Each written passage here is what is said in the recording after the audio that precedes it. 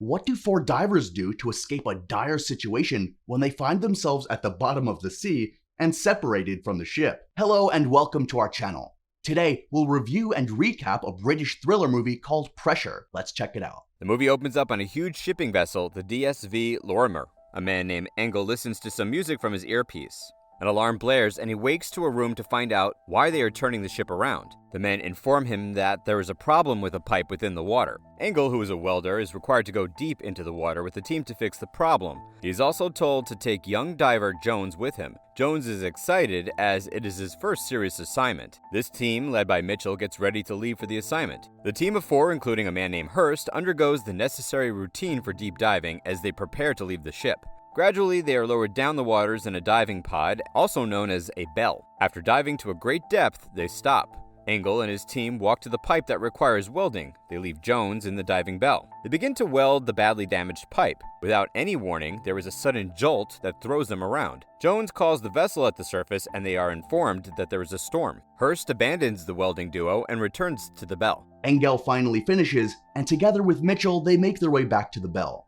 They begin their ascent back to the ship, but Poseidon has probably been lonely for too long and wants some human company. After a few meters of rising, the bell suddenly snaps and descends back to the bottom of the sea. The sharp descent proves to be too much for Jones to handle as he has a tooth-related trauma. Please don't ask how that works. Engel goes outside the pod to assess the damage done because of the drop. The damage is minimal, but the communication is still down. Engel decides to check if there is a problem with the cord that links them to their ship above. As he carefully studies the cord, he is met with a horrific picture. He sees the lifeless body of their superior floating around with other crew members. Engel returns and breaks the unfortunate news to the crew. He tries to deny the possibility of this, but Engel tells them all that he saw out in the water. The movie makes quite a sudden switch at this point. It goes from four men going about a simple welding job to becoming four survivors whose chances of ever getting out of the situation are almost impossible.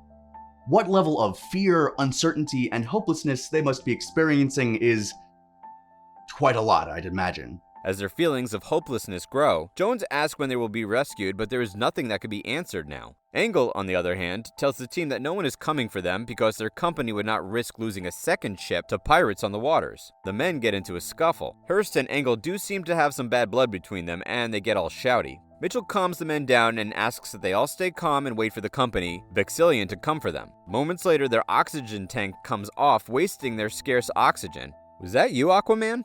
The men choke as they struggle to get their oxygen masks on. Joan, who is working on their communications, suddenly gets a signal. It is some men at the surface. Unfortunately, they are a fishing ship and are distant cousins of Bruce Lee. Of course, not literally, but the man on the boat wants to know if there is a Chinese national on the pod to speak out. They eventually lose communication with it. Mitchell and Hurst later go outside the pod into the water to ensure that all cylinders are in place, as they cannot stand the risk of losing another cylinder. As they inspect the bell, Hurst sees a metal object on top of the ship.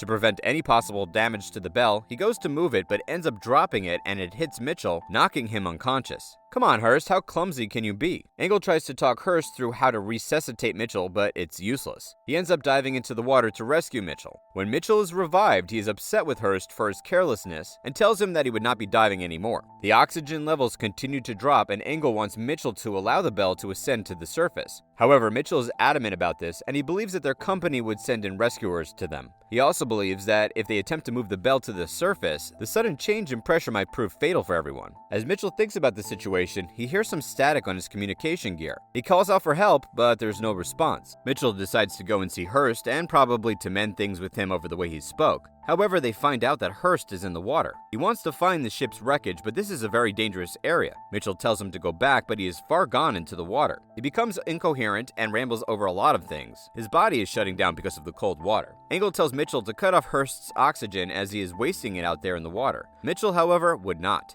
He believes no one should determine a man's death. As Mitchell begs him to return, Jones quietly walks to Hurst's oxygen supply lever and turns it off. Moments later, Hurst stops breathing. What do the men who remain think of Jones? Do they consider him cold-blooded or silently commend his bravery? Do they silently thank him for doing something that they didn't have the courage to do? This part of the movie exposes the tendencies and natural reactions of men when they come under intense pressure. Do they grit their teeth and take on the challenge, or do they simply cave in?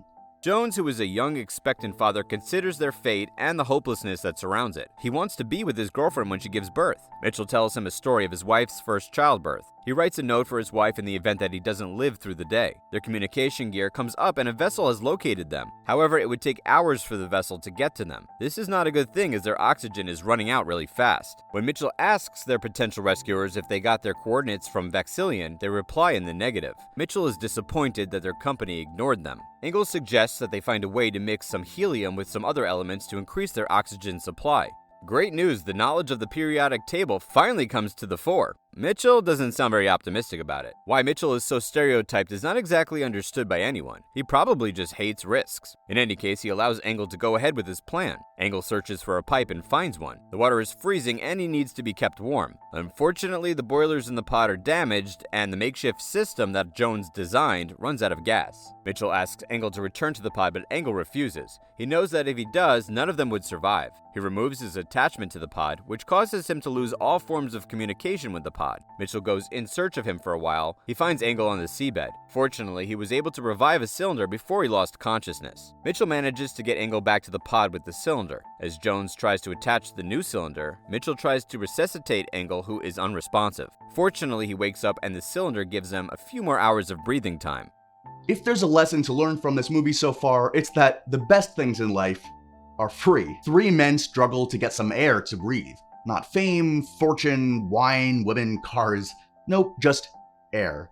The rescue boat searching for them asks for their location, but they are not able to tell them as they have really drifted far. They decide to swim out and send a beacon so that the rescue boat on the way can locate them. Mitchell opts to go. When he gets to the spot where he is supposed to release the beacon signal, he takes off his gloves for a better grip on the beacon. Unfortunately, he is stung by lots of jellyfish and loses the beacon. He releases himself from the cord that links him with the pod as he goes after the beacon. Engel calls out to him over, but he doesn't respond. They have no option but to cut his oxygen supply as he drifts away. However, he turned on the beacon. Back at the pod, the rescue ship tells them that they saw the beacon signals and would be able to reach them within the hour. This again is too late as they are running out of oxygen again. Engel decides to float the pod to the surface and they get to it. Unfortunately, the pod gets caught up in its cord and so they are stuck. They decide to swim to the surface but discover that there is only one diving gear. Engel hands it over to Jones to use. Jones wants to know why Engel is sacrificing his life for him. He finally tells him that he did not do anything to save the little son of the man whose wrong driving took the wife of his fiancée many years ago, even when he could have helped the little child. He feels that he would be getting a shot of redemption if he saves Jones now. Jones gets into the water and swims away with all of his strength.